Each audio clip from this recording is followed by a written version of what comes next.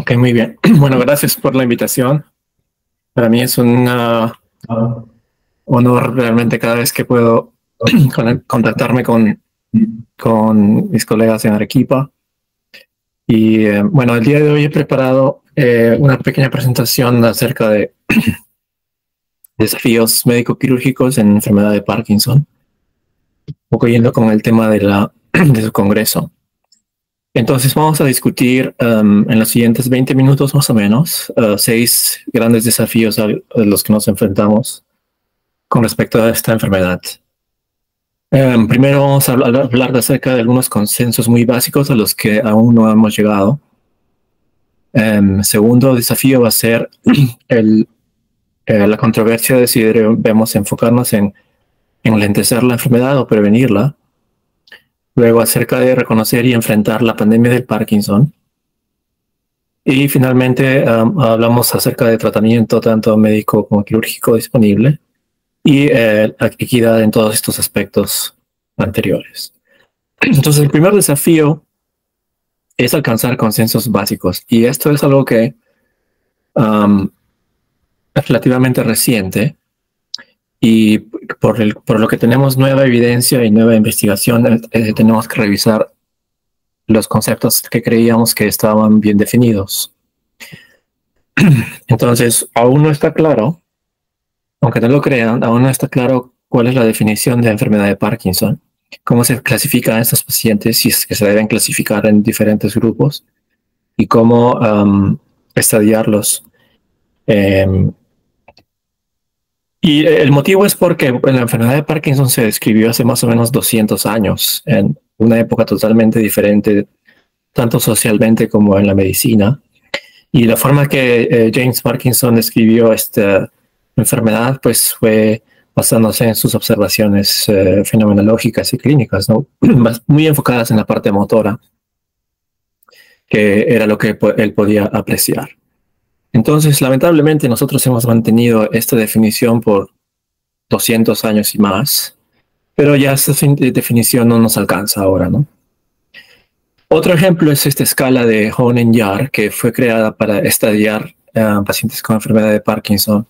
Esta escala fue creada más o menos en 1960 y hasta ahora la seguimos utilizando, pero como ustedes pueden ver en la figura, también está basada mucho en grandes fenómenos observables y predominantemente motores, que no alcanzan ahora para los otros desafíos que tenemos en cuanto a prevenir, curar la enfermedad.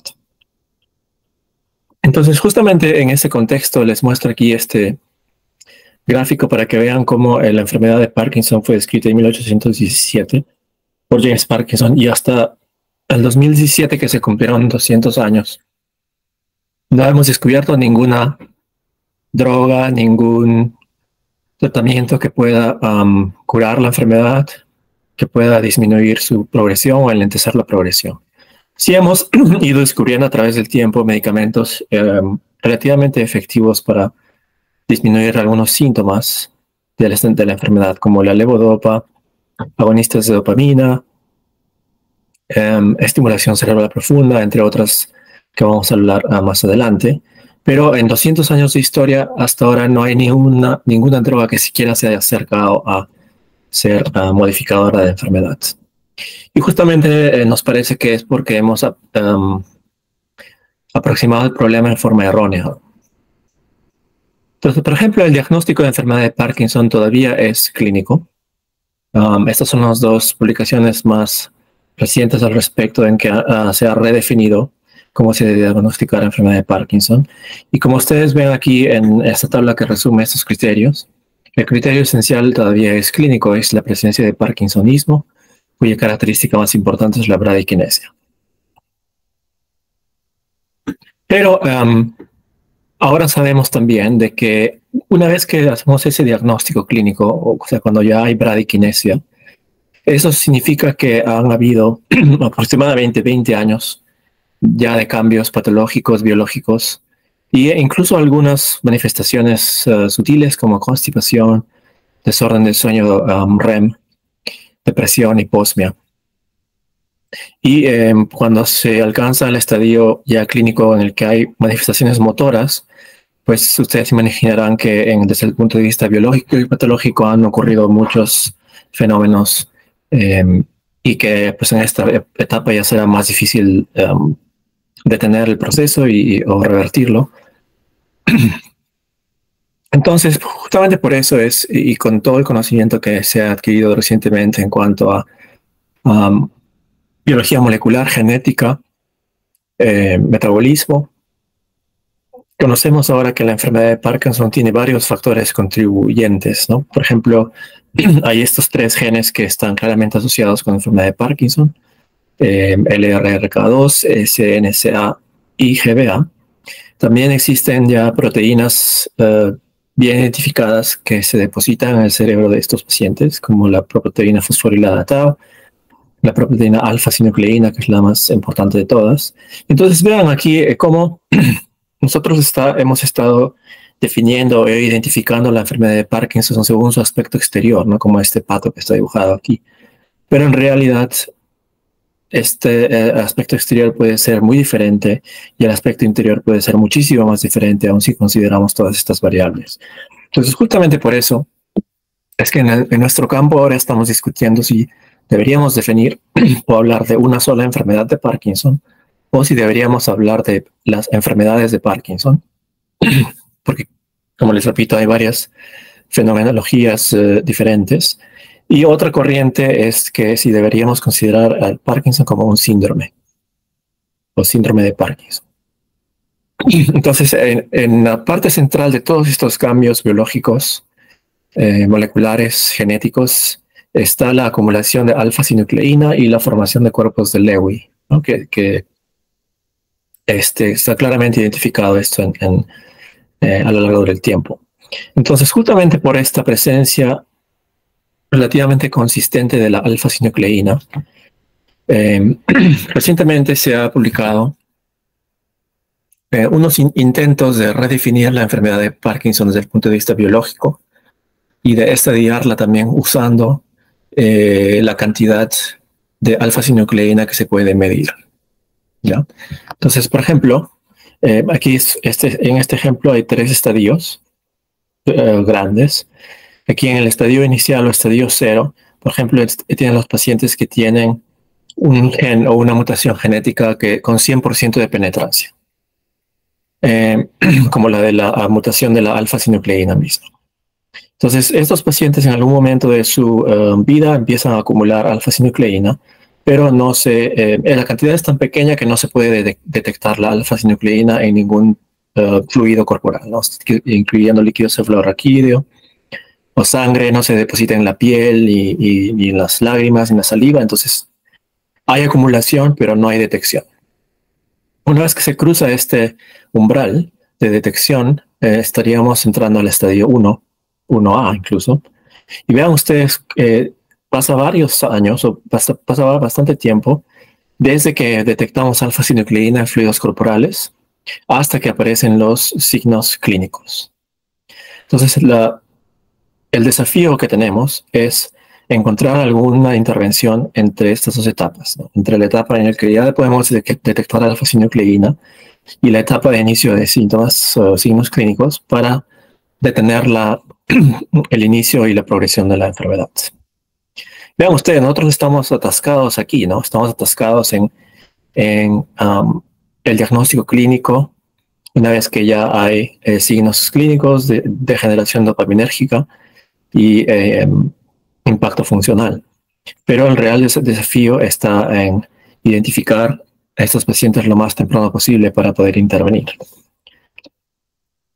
Esta es la otra clasificación reciente que se ha propuesto, que utiliza variables genéticas, alfa-sinucleína y el estado clínico. Entonces ese es el primer desafío. Como les digo, tenemos que redefinir el problema, si es una enfermedad, es un síndrome o son varias enfermedades, para poder atacarlo, ¿no? Y encontrar tratamientos efectivos. El segundo desafío que quería compartirles es acerca del enlentecer versus prevenir la enfermedad. Entonces les había comentado ya que en 200 años de historia, todos los ensayos clínicos que hemos intentado para modificar la enfermedad han fallado. Son más de 100 compuestos que se han estudiado en fase 1, 2, 3 ensayos clínicos y todos han fallado. Entonces, vamos a hablar de lo que ha ocurrido recientemente en la enfermedad de Alzheimer. En la enfermedad de Alzheimer se ha redefinido, justamente pasando de una definición fenomenológica a una definición biológica, utilizando también medición de estas proteínas en líquido cefalorraquídeo. Aquí en el caso de Alzheimer es la proteína o el amiloide beta 42 y que se puede medir o detectar usando midiéndolo en líquido cefalorraquídeo. También hay tomografía por emisión de positrones específica para identificar amiloide, medición de otras proteínas como la proteína tau, resonancia magnética y tomografía con fluorodesoxiglucosa. Y el deterioro cognitivo, que es lo último, ¿no? Entonces vean aquí cómo al redefinir la enfermedad de Alzheimer de esta forma, hemos podido diseñar ensayos clínicos en etapas precognitivas, ¿no? Y justamente por eso, partiendo de eso, redefinieron también el estadiaje con este sistema ATN, ¿no? A de amiloide, T de tau y N de neurodegeneración. Y cuando tuvieron claramente definidos los estadios de la enfermedad de Alzheimer, pues eso facilitó el diseño y la conducción de los ensayos clínicos respectivos, lo cual ha llevado, en los últimos 2 años se han aprobado cuatro drogas para enlentezar la progresión de Alzheimer, ¿no? Y todas estas drogas son anticuerpos monoclonales que se unen a la amiloide beta, tanto a las placas de amiloide como a las protofibrillas. Obviamente recién estas drogas están disponibles y pues vamos a aprender mucho acerca de su efectividad real y sus efectos adversos, pero es un buen modelo a seguir para la enfermedad de Parkinson, me parece. Otro punto al que debemos cambiar un poco es que los ensayos clínicos que hemos realizado en Parkinson son pues los convencionales, en los cuales uno diseña el ensayo clínico, lo realiza y analiza los datos y pues si fallas, ¿no? Y invertiste un montón de dinero, se expusieron muchos participantes a efectos adversos, pero al final de repente no se encontró el resultado que se había planeado. Entonces existe un nuevo diseño de ahora de ensayos clínicos que son los ensayos clínicos adaptativos o flexibles también, que te permiten a la vez que estás conduciendo o realizando el ensayo clínico, revisar los datos y adaptar el modelo estadístico. Entonces esto, tenemos la esperanza de que los ensayos clínicos adaptativos nos permitan facilitar el descubrimiento de tratamientos mejores para esta enfermedad. Dicho sea de paso, de todas las intervenciones que se han intentado, la única que ha mostrado alguna señal de que puede enlentecer la progresión de la enfermedad es el ejercicio. Entonces, esto es lo mínimo que podemos recomendar a todos los pacientes que se diagnostiquen con Parkinson. Debe ser ejercicio regular, por lo menos 3 veces por semana y de intensidad moderada. Entonces, eso es la parte que corresponde a al tratar de enlentecer la progresión de la enfermedad. Ahora también hay una corriente muy fuerte a nivel mundial de tratar de prevenir la enfermedad. Y eso ha sido motivado porque hay cada vez evidencia más convincente de que hay factores ambientales muy relacionados con la enfermedad de Parkinson. Por ejemplo, hay ciertos pesticidas como el tricloroetileno, metales pesados, enfermedad cerebral traumática, que están claramente asociados con un mayor riesgo de enfermedad de Parkinson. Y también hay factores que están asociados con un menor riesgo, ¿no? Como el ejercicio, el café. Entonces, basado en esto, pues uno podría pensar que podría existir la forma de prevenir esta enfermedad y realmente ese es otro gran desafío para nuestro campo. El tercer desafío a comentar es reconocer que existe una pandemia de Parkinson y prepararnos, ¿no?, para enfrentarla. Entonces, en el mundo, el Parkinson ahorita es la enfermedad neurológica que más rápido está creciendo, tanto en prevalencia como en incidencia. Entre 1990 y el 2016, la prevalencia de discapacidad y muertes asociadas con Parkinson se han más que duplicado. Y se espera que para los siguientes 30 años ese crecimiento va a aumentar en forma exponencial. Entonces yo les pregunto si ustedes piensan que en Arequipa o el Hospital Honorio Delgado están preparados para ese gran aumento que se espera de prevalencia y discapacidad, ¿no? Eso es algo importante que discutir. Y si vemos aquí este mapa más o menos del 2016, la mayor cantidad de Parkinson está en países industrializados.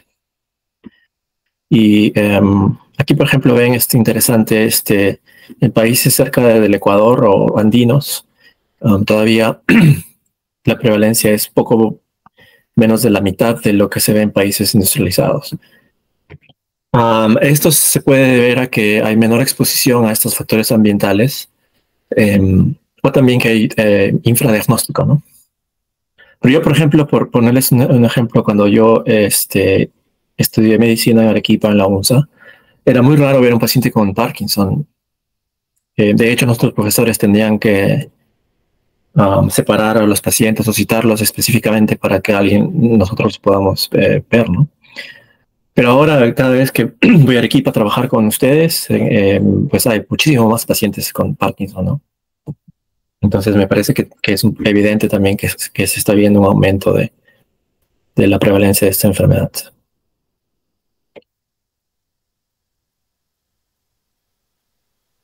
Siguiente desafío al que vamos a hablar rápidamente es qué hacemos mientras redefinimos la situación y planteamos políticas de prevención y para enfrentar el gran aumento de Parkinson que se viene, ¿no? ¿Qué hacemos con los pacientes que ya tenemos? Pues hay tratamientos médicos sintomáticos que son relativamente efectivos. Uno de ellos es la levodopa, de la cual es una droga que tiene casi 50 años de existencia, pero de la que todavía vamos aprendiendo, ¿no? Recientemente, por ejemplo, este ensayo clínico se confirmó de que la levodopa no aumenta la progresión de la enfermedad ni la velocidad de progresión. Tampoco aumenta el riesgo de hacer complicaciones motoras más rápido. Entonces, la levodopa es una droga que deben usar siempre, a no ser que exista alguna contraindicación, y debe ser dosificada para mejorar la calidad de vida de cada paciente. Entonces, por ejemplo, este ensayo clínico del 2019 es el que confirmó de que la exposición más temprana a levodopa no aumenta ningún riesgo en estos pacientes con Parkinson. Al contrario, enlentecer o esperar a iniciar el tratamiento con levodopa lo único que hace es quitarle calidad de vida a los pacientes. En cuanto a tratamientos quirúrgicos, el paciente con Parkinson, cuando está en estadios relativamente tempranos, tiene una respuesta buena a la levodopa y otros medicamentos dopaminérgicos. Esto se llama la fase de luna de miel y es entre 5 y 10 años más o menos. Después de ese tiempo, aproximadamente 50% de pacientes van a tener complicaciones motoras o fluctuaciones motoras, que más o menos se puede explicar de esta forma, ¿no? Cuando el paciente fue diagnosticado inicialmente y inicia la levodopa, pues tomar una tableta 3 veces al día alcanza para mantener una función motora relativamente estable durante todo el día.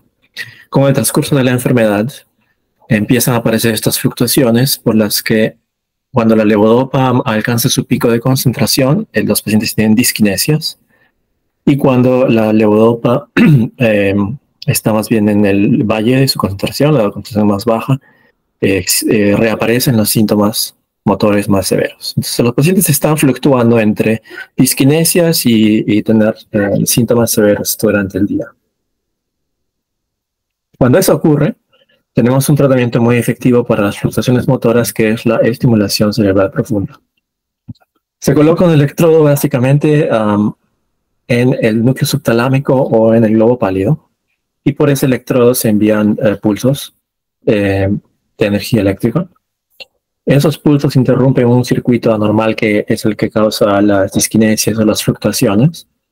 Y como les digo, es un tratamiento muy efectivo para las fluctuaciones motoras.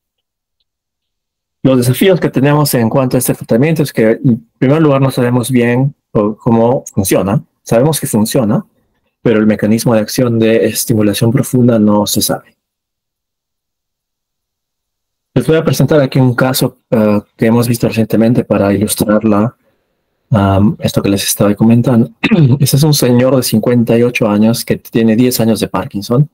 Empezó con distonía de pie derecho, temblor de la mano derecha, y progresó a enlentecimiento y rigidez. Como era de esperarse, tuvo una respuesta excelente a la levodopa al comienzo de su enfermedad, pero 10 años después empezó a tener fluctuaciones motoras que incluían tanto disquinesias como los síntomas motores severos en el estadio OFF. Y les voy a mostrar ahora el video para que vean cómo era su marcha.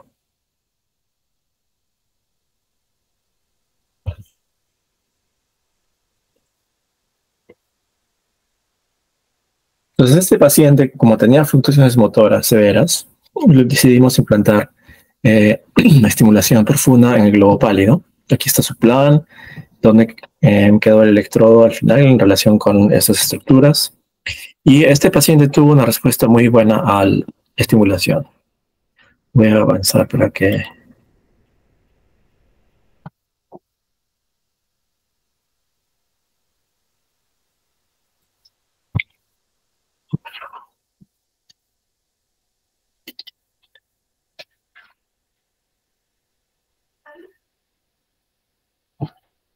Entonces aquí está con 2 voltios y van a ver que su marcha prácticamente muy diferente a la del comienzo. Entonces el problema que tenemos es que no sabemos cómo predecir cuándo la respuesta a la estimulación va a ser tan buena, o de repente este paciente, sobre todo pacientes que tienen problemas de la marcha, a veces no tienen una respuesta tan buena y hay pacientes que incluso empeoran. Entonces este es un gran desafío para nosotros en la predicción de la respuesta y la selección de pacientes. Tenemos ahora algunas nuevas herramientas con nosotros.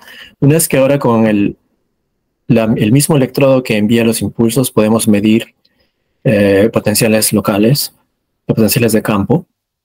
Y la medición de esos potenciales de campo está claramente asociada con ciertos síntomas y signos. Por ejemplo, existe esta actividad beta, y la actividad beta aumentada está claramente asociada con el parkinsonismo. Entonces, este es un marcador neurofisiológico que usamos para la programación o el tratamiento con estimulación profunda. Entonces, vamos a pasar. El último desafío que quiero compartir es que en todo lo que hemos hablado hasta ahora, tratamiento, curación, prevención, tenemos un problema grande con la inequidad. Entonces, por ejemplo, terapia genética, trasplante de células madre, cirugía funcional, estimulación profunda, todas estas posibilidades lamentablemente son poco accesibles para ciertos pacientes, ciertas poblaciones. Entonces, si seguimos avanzando a la velocidad que queremos, lamentablemente es probable que esas mismas poblaciones que ahora no tienen acceso a lo que tenemos, pues vayan quedando cada vez más alejadas de esas posibilidades, ¿no? Entonces, por ejemplo, en Parkinson ahora utilizamos mucha tecnología para monitorizar síntomas, muchos sensores, aplicaciones móviles, etc. Lo cual requiere que tanto los pacientes como proveedores de salud tengan acceso a Internet de velocidad alta con equipos de gran capacidad, lo cual no necesariamente es el caso en todos los lugares del mundo. Hace un par de años empezamos nosotros a hacer algunos proyectos en Arequipa, colaborando con ingenieros de la Universidad Católica del Perú. y en el que ellos crearon sus propios dispositivos localmente diseñados y armados, que eran mucho más accesibles, ¿no? Y demostramos que podíamos claramente diferenciar parkinsonismo de movimientos normales. Entonces hemos llegado a publicar algunos artículos al respecto, pero el problema es que no hay financiamiento como para amplificar estos dispositivos, ¿no? Y mientras en el Perú estábamos luchando por conseguir financiamiento, pues los otros dispositivos en otros lugares del mundo avanzan mucho más rápido, ¿no? Entonces eso va creando cada vez brechas mayores. Si alguien tiene algún interés en esta parte de la equidad, este artículo está de acceso libre y pueden leer aquí un poquito más. En esta tabla, en ese artículo, tratamos de resumir algunas estrategias para tratar de reducir la inequidad en investigación en neurología. Una de las recomendaciones que dimos fue la creación y de programas de intercambio, como uno que tenemos entre la Universidad de Rochester y la Universidad de San Agustín, la Universidad de San Marcos. Y aprovecho para agradecer a las autoridades y el equipo de neurología y de medicina del Hospital Manuel Delgado por siempre recibirnos tan gentilmente. Tratamos de ir por allá una vez al año con residentes, fellows, u otros asistentes de la Universidad de Rochester. Y la verdad que en los últimos años hemos avanzado muy bien en cuanto a los objetivos del programa. Hemos llegado a tener publicaciones juntos, trabajos de investigación que poco a poco van avanzando. Incluso una publicación en la revista más citada en medicina interna, ¿no? Que es New England Journal of Medicine, de un caso que vimos en Lima cuando estuvimos por allá. También en el 2022, fuimos elegidos por la Sociedad Internacional de Parkinson y Desórdenes del Movimiento para este programa de centro a centro, que es un programa muy competitivo a nivel mundial. Como ustedes pueden ver, eso es de la página web oficial, y hay programas de toda parte del mundo, ¿no? Etiopía, Egipto, Israel, India, y ahí también estábamos nosotros. Entonces este programa ya está llegando a su fin este año, el 2024, y pues les puedo mostrar ahora algunas fotos de tanto la visita de sus colegas de neurología del Honorio Delgado aquí a nuestra universidad en Rochester, como de nuestras visitas al Hospital Honorio Delgado. De verdad, con mucho orgullo, sus colegas en el Hospital Honorio Delgado le han puesto mucho empeño. Hemos llegado a publicar casos y presentar pósters en congresos internacionales. Entonces, me parece que este programa ha sido un éxito y no muy agradecido con todos ustedes por su trabajo con nosotros. Y si tienen alguna pregunta, creo que tenemos de repente algún tiempo. Muchas gracias.